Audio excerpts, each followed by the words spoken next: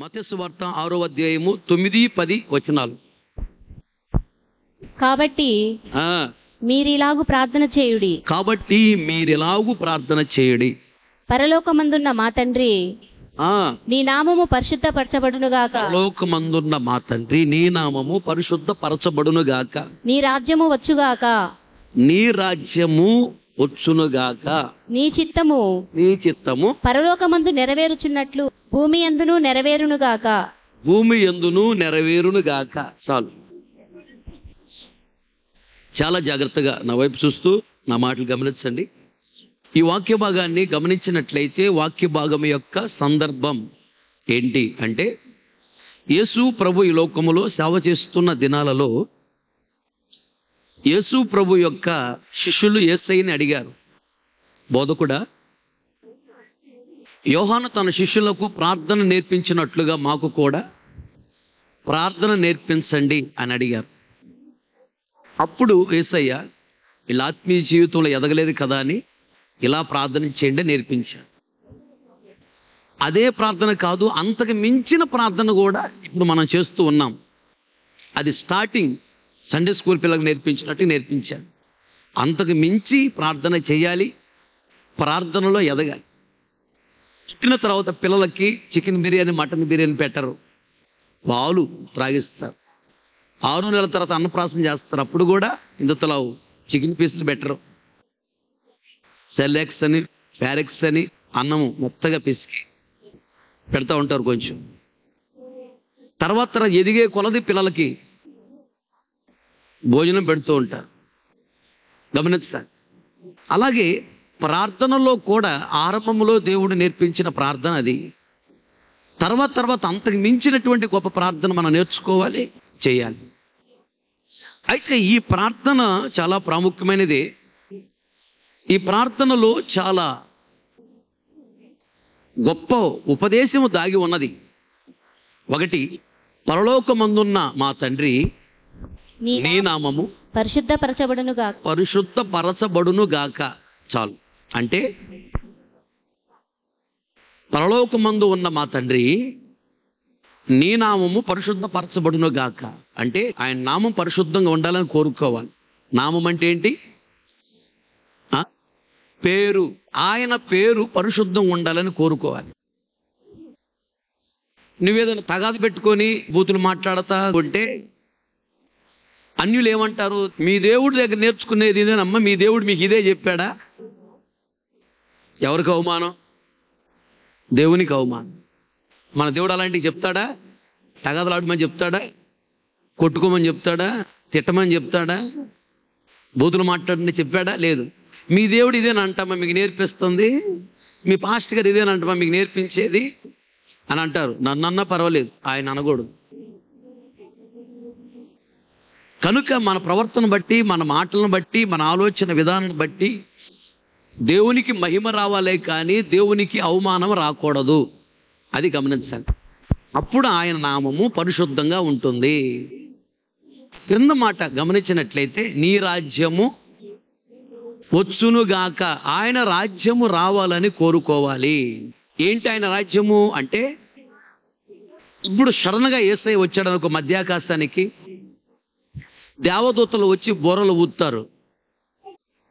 భూమి మీద మనసు మార్చుకొని బాప్తిస్వం తీసుకొని భక్తిగా బ్రతికేటువంటి వాళ్ళు ఏ దేశంలో ఉన్నా, ఏ సంఘములో ఉన్నా, స్త్రీలైనా పురుషులైనా, డ్రైవింగ్ చేస్తున్నా, పొలంలో పని చేస్తున్నా, భోజనమే చేస్తున్నా, రోడ్డు మీద నడిచి వెళుతున్నా, సడన్గా మధ్యాకాశానికి యేసయ్య రాగానే, దేవదూతల బోరలు ఊదగానే ఈ మట్టి శరీరము మహిమా శరీరంగా మార్చబడుతుంది. వెంటనే ఎత్తబడిపోతారు, పైకి మధ్యాకాశానికి వెళ్ళిపోతారు. వెళ్ళిన తర్వాత మధ్యాకాశములో 7 సంవత్సరాలు విందు ఉంటుంది. విడిచిపెట్టబడ్డ వాళ్ళకి ఇక్కడ 7 సంవత్సరాలు భయంకరమైన శ్రమలు ఉంటాయి. ప్రపంచం మొత్తాన్ని ఒకడే పరిపాలన చేస్తాడు క్రీస్తు వినేది. యేసుప్రభు పేరు చెప్తేనే ఒప్పుకోరేక. ఇక వాక్యం చెప్పడానికి ఎవరు ఉండరు, సేవకులు ఎత్తబడతారు కదా. పరిశుద్ధాత్మ దేవుడు భూమి మీద ఉండడు, ఆత్మలు ఆనందించలేరు. ఇంకా ప్రపంచం అంతా ఒక పరిపాలన కిందకు వచ్చింది, క్రీస్తు విరోధి పరిపాలన. 7 సంవత్సరాలు భయంకర శ్రమలు ఉంటాయి విడిచిపెట్టబడ్డ వాళ్ళకి. ఎత్తబడిన వాళ్ళకి 7 సంవత్సరాలు విందు ఉంటుంది, గొప్ప సంతోషము, సమాధానం, నెమ్మది ఉంటుంది. 7 సంవత్సరాలు విందు అయిపోయిన తర్వాత భూమి మీదకి యేసయ్య కూడా వస్తాడు.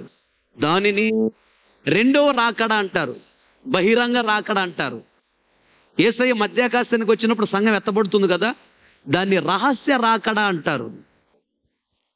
రహస్య రాకడాలో మనం ఎత్తబడతాం. 7 సంవత్సరాల విందు అయిపోతుంది. 7 సంవత్సరాలు విందు అయిపోయిన తర్వాత భూమి మీదకి యేసయ్య మనల్ని తీసుకొని వస్తాడు. అది బహిరంగ రాకడ. యెరూషలేములోకి వచ్చి సింహాసనం ఏర్పాటు చేసుకుని ఉంటాడు. ఇక్కడ ఉండి ప్రపంచమంతా పరిపాలన చేస్తాడు. ఆయా ప్రాంతాలలో దేవుడు మన అధికారులుగా పెడతాడు. ఎన్ని సంవత్సరాలు పరిపాలన మంది? 1000 ఏళ్ళు పరిపాలన ఈ భూమి మీద జరుగుతుంది. దీనిని దేవుని రాజ్యము అంటారు.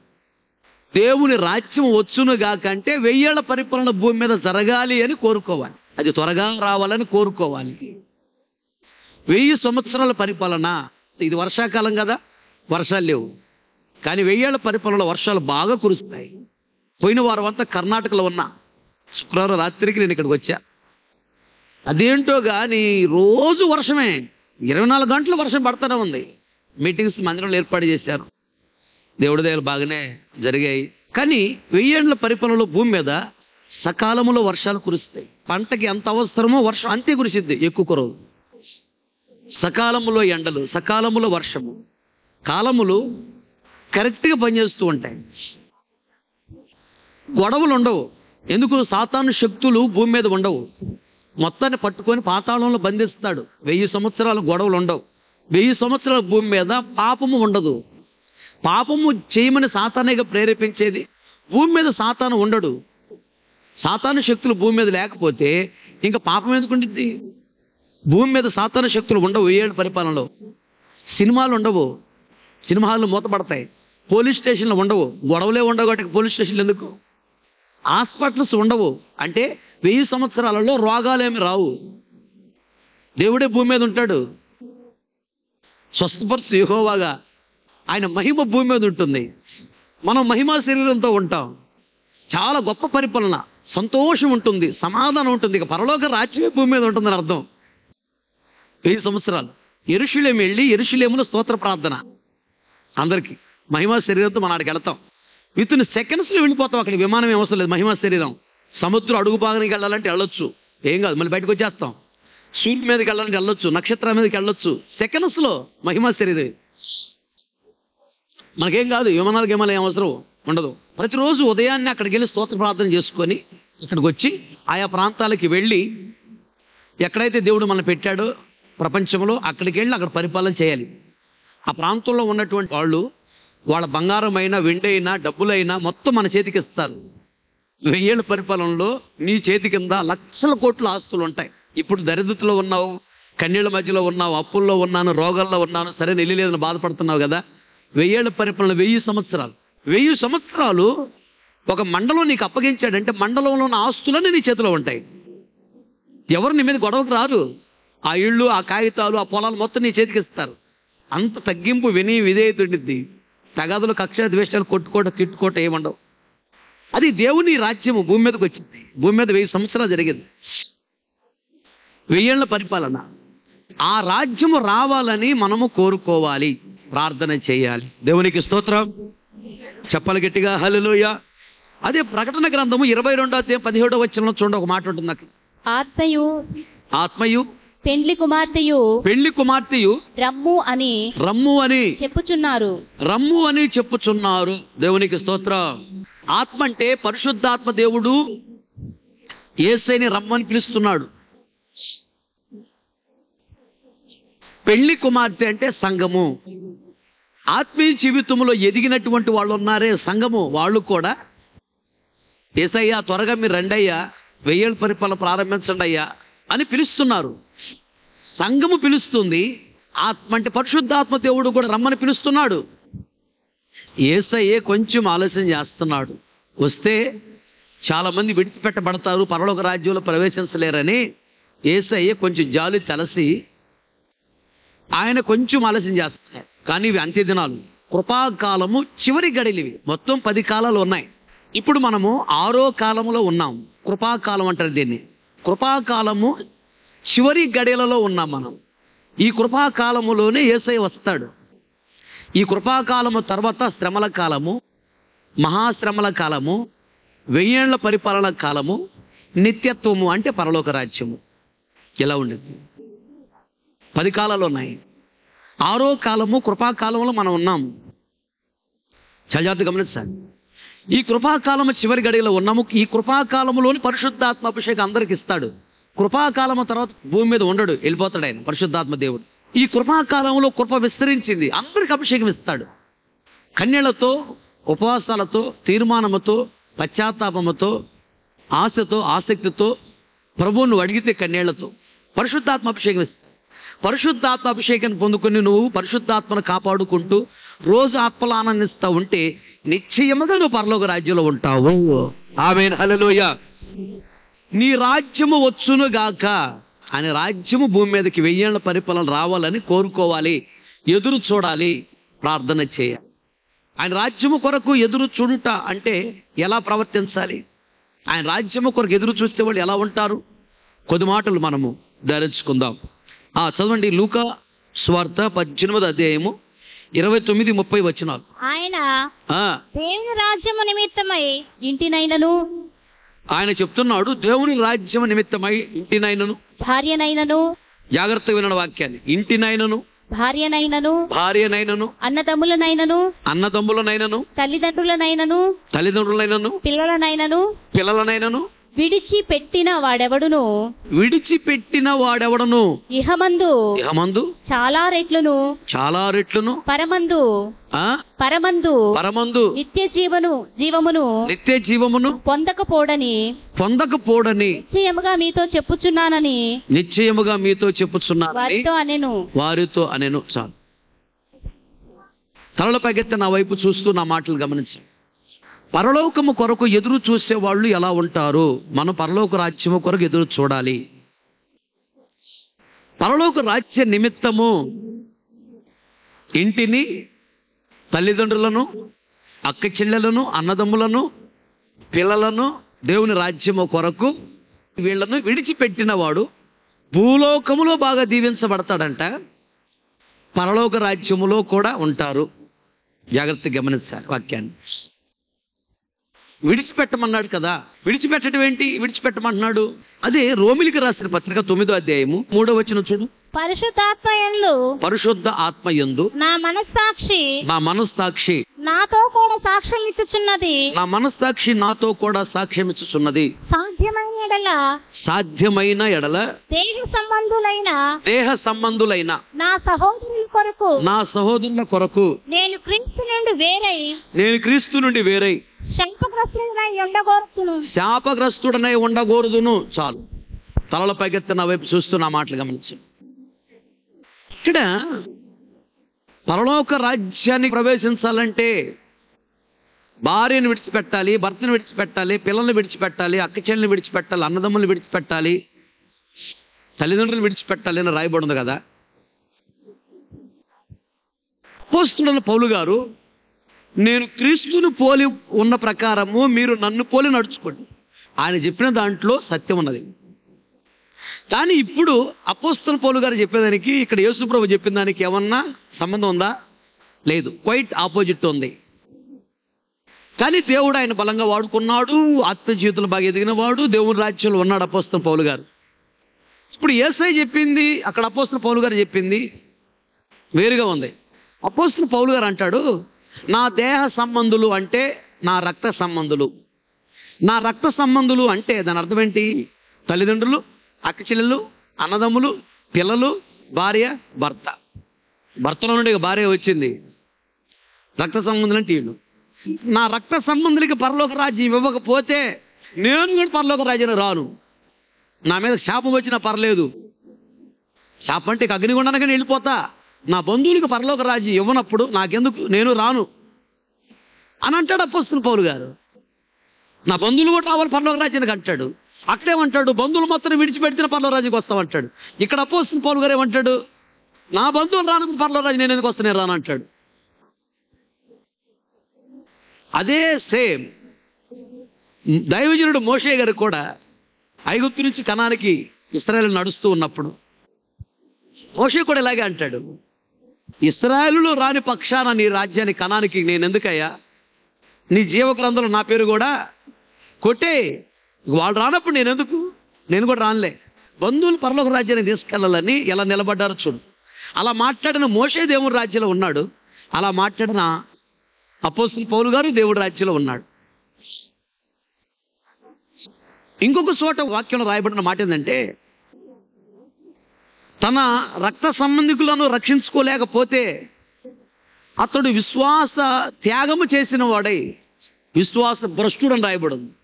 ఆడికి అసలు విశ్వాసం లేదని. రక్త సంబంధికులను నువ్వు రక్షించుకోవాలి, నీ భర్తను రక్షించాలి, నీ భార్యను రక్షించాలి, నీ పిల్లల రక్షణ నడిపించాలి, తోబుట్టుల రక్షణలోకి నడిపించాలి. దేవుడికి కూడా ఇష్టమైన ఆలోచనే. అక్కడ విడిచిపెట్టమన్నాడు కదా, ఇక్కడ నేను విడిచిపెట్టను అంటాడు ఏంటి అపోస్తలుడు పౌలు గారు? అది కరెక్ట్, ఇది కరెక్టే. వినండి జాగ్రత్తగా. రక్త సంబంధికులను విడిచిపెట్టమన్నాడు ఇక్కడ, అక్కడ అపోస్తలుడు పౌలు గారు నేను విడిచిపెట్టను అంటున్నాను. దీని అర్థం ఏంటంటే, రక్త సంబంధికులు విడిచిపెట్టకూడదు, వాళ్ళు ప్రేమించాలి, వాళ్ళ కోసం ప్రార్థన చేయాలి, వాళ్ళని దేవుళ్ళు నడిపించాలి. కానీ రక్త సంబంధులు ఎవరిని దేవుని కంటే ఎక్కువగా, స్నేహితులైనా బంధువులైనా వాళ్ళు ఎవరైనా సరే, దేవుని కంటే ఎక్కువగా దేనిని ఎవరిని ప్రేమించకూడదు. అది వస్తువు అయినా మనిషి అయినా గుర్తుపెట్టుకో. ప్రేమించిన వాళ్ళు పరలోక రాజ్యానికి వెళ్ళరు, అది దాని అర్థం. పరలోక రాజ్యానికి వెళ్ళాలంటే దేవుని కంటే ఎక్కువగా నువ్వు దేన్ని ఎవరిని ప్రేమించకూడదు. దేవుని కంటే ఎక్కువగా నేను మమ్మని మా నాన్న కానీ ఎవరిని ప్రేమించను. ప్రార్థన చేసుకుంటా ప్రతిరోజు నేను, ప్రభువా నీకంటే ఎక్కువగా నేను మమ్మల్ని కానీ మా నాన్న కానీ నా రక్త సంబంధికులు కానీ ఎవరిని నేను నీకంటే ఎక్కువగా నేను ప్రేమించకూడదు, ఆ కోరిక నాకు దూరమగును కాకని ప్రార్థన చేసుకుంటా ప్రతిరోజు నేను. ఎందుకంటే బైబిల్లో మొట్టమొదటి ఆజ్ఞ అదే. నీ పూర్ణ హృదయంతో, నీ పూర్ణ మనస్సుతో, నీ పూర్ణ శక్తితో, పూర్ణ ఆత్మతో, ఇంకో చోట పూర్ణ బలముతో నీ తండ్రి అయిన దేవుణ్ణి నీవు సేవించాలి, సేవ చేయాలి, పూజించాలి. బైబిల్లో మొట్టమొదటి ఆజ్ఞ ఇది. దేవుని కంటే ఎక్కువగా దేనిని ఎవరిని ప్రేమించకూడదు, ఇది ఆజ్ఞ. ఏదో మా చర్చికి రాలేదంటే బంధువులు వచ్చారు అన్నట్టు, దేవుని మందిరం కంటే బంధువులు ఎక్కువ నీకు. బంధువులు వచ్చారని ఎప్పుడన్నా నేను చర్చి మానేశానా? మరి ఏమి నేర్చుకుంటున్నారు భక్తి నాకు అర్థం కావట్లేదు. బంధువులు వచ్చి చర్చి మానేయాలా? బంధువులు కూడా చేస్తారు వాళ్ళ చర్చికి. వాళ్ళకి రక్షణ వద్దా? పరలోక రాజ్యం వద్దా వాళ్ళకి? వాక్యం వింటే బాగుపడతాయి వాళ్ళ జీవితాలు. బంధువులు వచ్చి చర్చి మానేయకూడదు, తప్పది. అసలు విశ్వాసమే కాదు, నీకు అసలు భక్తి లేదని అర్థం. బైబిల్లో మొట్టమొదటి ఆజ్ఞనే మర్చిపోయావని అర్థం. బైబిల్లో మొట్టమొదటి ఆజ్ఞ ఇది.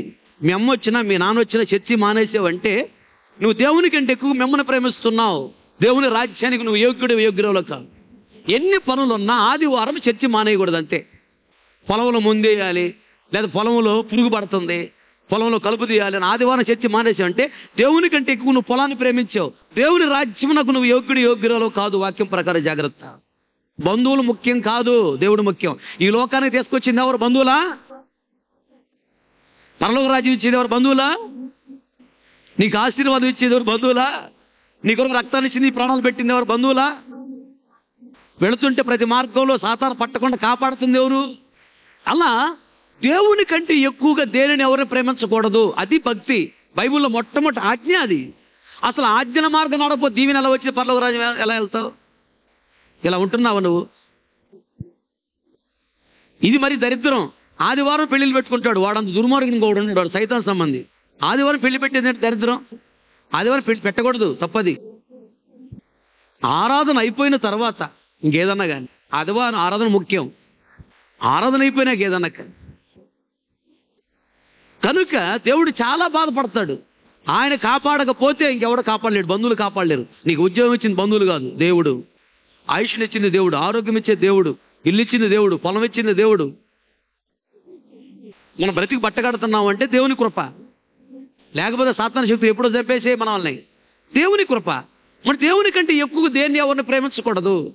నీ రాజ్యం వచ్చునుగాక అని పలకాలంటే దేవుని రాజ్యము కొరకు ఎదురు చూడాలి.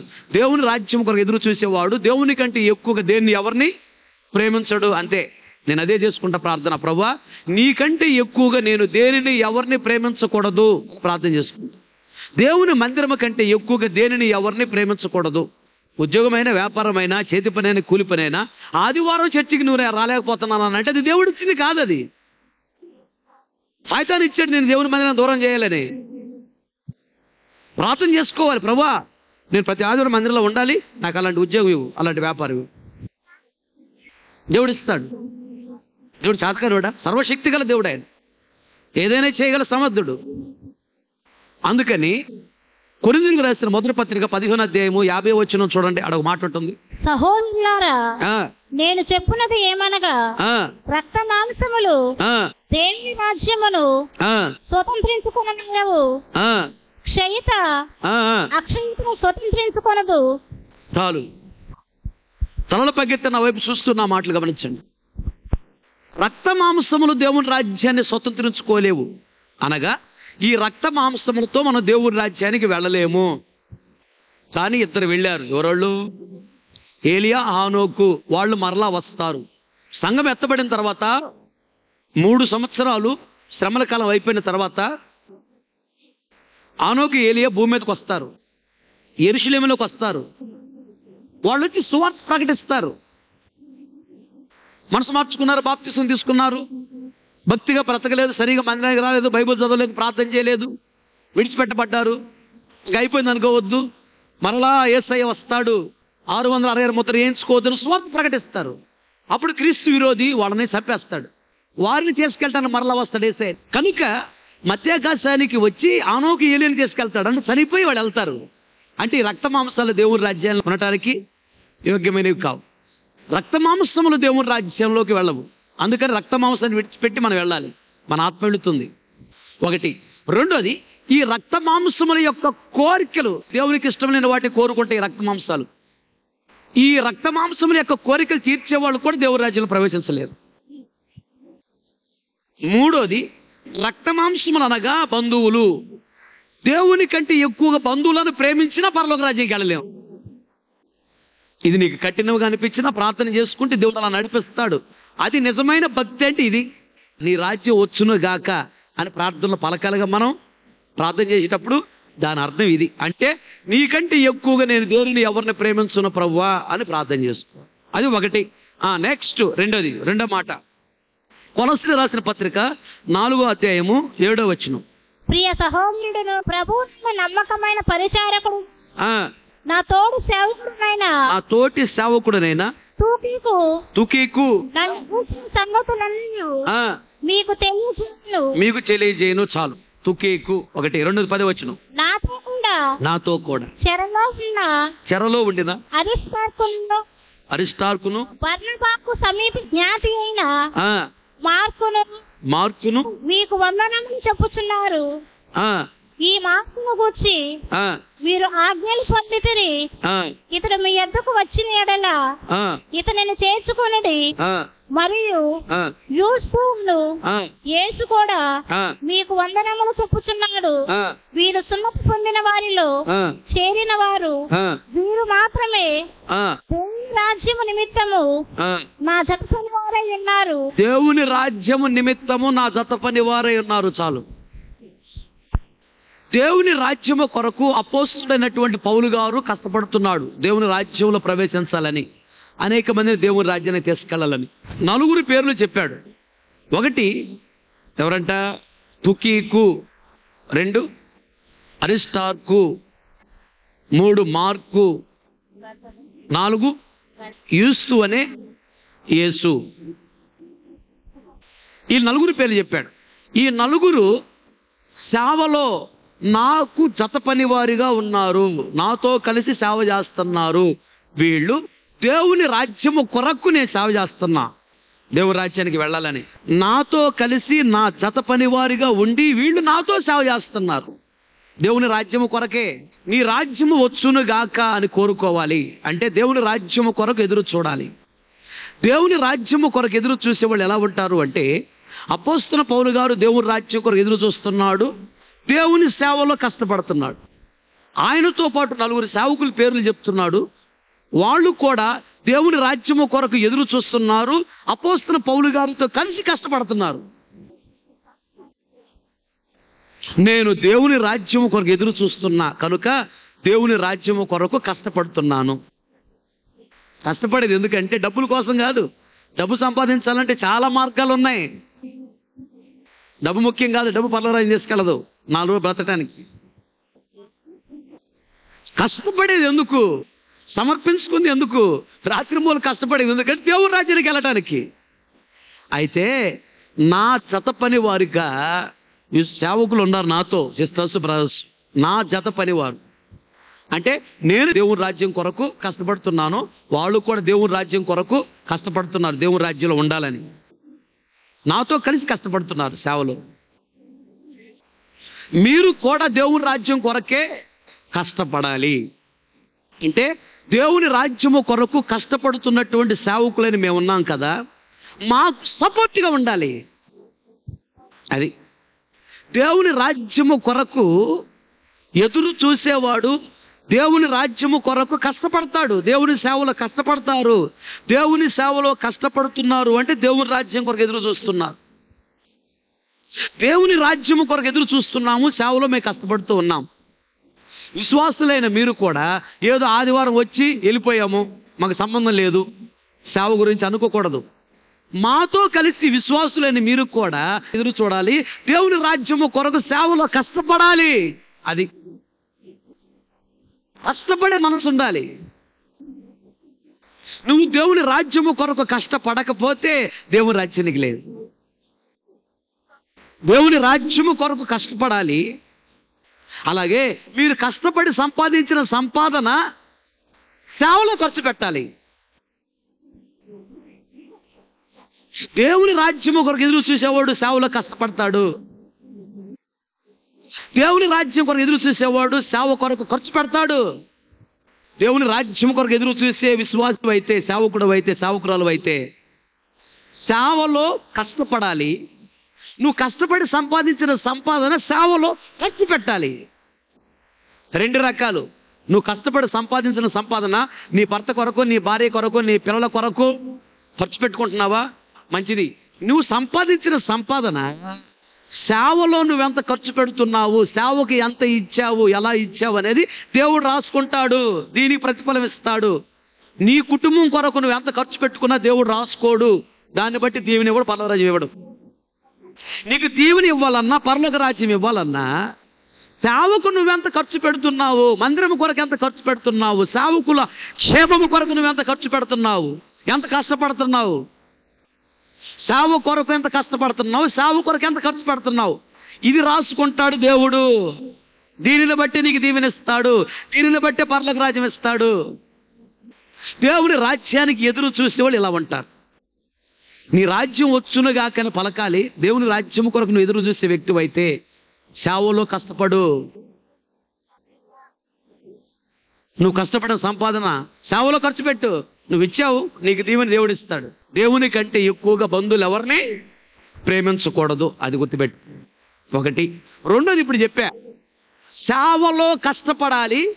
నువ్వు కష్టపడి సంపాదించిన సంపాదన సేవకి దశంభాగం రూపాయలు ఇవ్వాలి, మంచి కానుక రూపాయలు ఇవ్వాలి. దేవునికి ఇచ్చి చెడిపోయినోడు లేడు, దేవుడికి ఇవ్వకుండా బాగుపడ్డవాడు లేడు. దేవుని రాజ్యం ఒకరికి ఎదురు చూసేవాడు దశంభాగం తెస్తాడు. తప్పించుకోరు. తప్పించుకున్నావంటే నీకు దేవుని రాజ్యం లేదు. దేవుని రాజ్యం వచ్చునుగాక అని కోరుకోవాలి అంటే సేవ కొరకు కష్టపడు. కొందరు పిల్లలను చూస్తూ ఉంటా, మీటింగ్ అనగానే ముందే వచ్చేస్తారు. మీటింగ్ అయిపోయిన తర్వాత వచ్చి నేను కెమెరాలో గమనిస్తూ ఉంటా. 2 అయినా 3 అయినా ఆ సమయంలో వచ్చి ఆ స్టేజీ సౌండ్ సిస్టమ్ అవన్నీ తీసుకొచ్చి అక్కడి నుంచి మొత్తం అందరిలోకి మోసుకుంటా ఉంటారు. నేను హృదయపూర్వకంగా ఆ బిడ్డలను చూసి సంతోషిస్తూ ఉంటాను. నేనే సంతోషిస్తున్నా, దేవుడు ఎంత సంతోషిస్తాడు ఆ పిల్లలను చూస్తే. కష్టపడుతున్నారు. నువ్వు ధైర్యంగా నీ రాజ్యం వచ్చునుగా కానీ పలకాలి. పలకాలంటే ఇది చేసి పలుకు. ఇది చేసిన వాళ్ళే పలకగలరు, నువ్వు చేయకపోతే పలకలేవు. 3వ మాట చదువు ముగించుకుందాం. లూకా సువార్త 23:28. యేసు వారి వైపు తిరిగి, యెరూషలేము కుమార్తెలారా, నా నిమిత్తము ఏడ్వకుడి. యెరూషలేము కుమార్తెలారా, నా నిమిత్తము ఏడవవద్దు. మీరు మీ నిమిత్తమును, మీ నిమిత్తమును, మీ పిల్లల నిమిత్తమును, మీ పిల్లల నిమిత్తమును ఏడ్వుడి. ఏడువుడి. చాలు. ఎవరి కోసం ఏడవాలంట? యేసు ప్రభు సిలువ ఎత్తుకొని వెళుతుంటే ఏడుస్తున్నారు అక్కడ చాలామంది. ఇంత బాధలో సిలువ మోస్తూ ఆగి ఇలా చూసి, యెరూషలేము కుమార్తెలారా, నా గురించి ఎందుకు ఏడుస్తున్నారు మీరు? మీరు బాగుంటే నేను ఈ సిలువ ఎత్తుకోవాల్సిన అవసరం లేదు. మీరు బాగుంటే ఈ సిలువ మోయవలసిన అవసరం నాకు లేదు. మీరు బాగలేరు కాబట్టి నేను ఈ సిలువ మోస్తున్నా మీకోసం. నా కోసం ఎందుకు ఏడుస్తున్నారు? మీకోసం మీ పిల్లల కొరకు ఆడవండి, నేను సిలువ మోయాల్సిన అవసరం ఉండదు. అంటే మీ పాపాల కొరకు, మీ పిల్లల పాపాల కొరకు ఆడవండి. నీ పాపాల కొరకు, నీ పిల్లల పాపాల కొరకు ఏడ్చి మీరు మీ పిల్లలు విడిచిపెడితే నేను సిలువ మోయాల్సిన అవసరం లేదు. మీరు మీ పాపాల కొరకు, మీ పిల్లల పాపాల కొరకు ఏడ్చి పాపాన్ని విడిచిపెడితే మీరు పరలోక రాజ్యానికి వస్తారు. అది దేవుడు చెప్పాడు. దాని అర్థం అది. మీ కొరకు, మీ పిల్లల కొరకు ఏడవండి అంటే మీ పాపాల కొరకు, మీ పిల్లల పాపాల కొరకు ఏడవండి. ఎప్పుడైనా నాలో పాపం ఉన్నది ప్రభువా, ఈ పాపం నుంచి విడిపించని ఎప్పుడైనా ఏడ్చావా? సిగరెట్ అలవాటు ఉంది ప్రభువా, మానుకోలేకపోతున్నా, దీని నుంచి విడిపించని ఎప్పుడైనా ఏడ్చావా? ఏడిస్తే నువ్వు నిజమైన భక్తి గలవాడు, భక్తి గల. ఈ మందు అలవాటు ఉంది ప్రభువా, పెళ్లికి వెళ్ళినప్పుడల్లా సాడు తాగేస్తున్నా, మళ్ళీ వచ్చి ప్రభువుల ద్రాక్ష రసం తాగుతున్నానయ్యా, ఏడ్చావా? ఎప్పుడైనా ఈ మందు నుంచి విడిపించని ఏడ్చావా? ఆయన సర్వశక్తి గల దేవుడు. సినిమాలు మానుకోలేకపోతున్నాను ప్రభువా, ఏడ్చావా? సీరియల్ మానుకోలేకపోతున్నా, ఏడ్చావా? వీటి కొరకు నువ్వు ఏడవకపోతే రేపు అగ్నిగుండంలో ఏడవలసి వచ్చింది కోట్ల సంవత్సరాలు. ఇప్పుడు ఏడవకపోతే రేపు అక్కడ కోట్ల సంవత్సరం ఏడవాలి. ఈ పాపం కొరకు ఏడిస్తే దేవుడు విడిపిస్తాడు, పరలోక రాజ్యంలో కోట్ల సంవత్సరం ఉంటాం. ఇక్కడ పాపం కొరకు ఏడవకపోతే కోట్ల సంవత్సరం అగ్నిగుండంలో ఏడవలసి వచ్చింది. పాపం కొరకు ఏడు. ఈ పాపం నుంచి విడిపించని ఆడవాలి.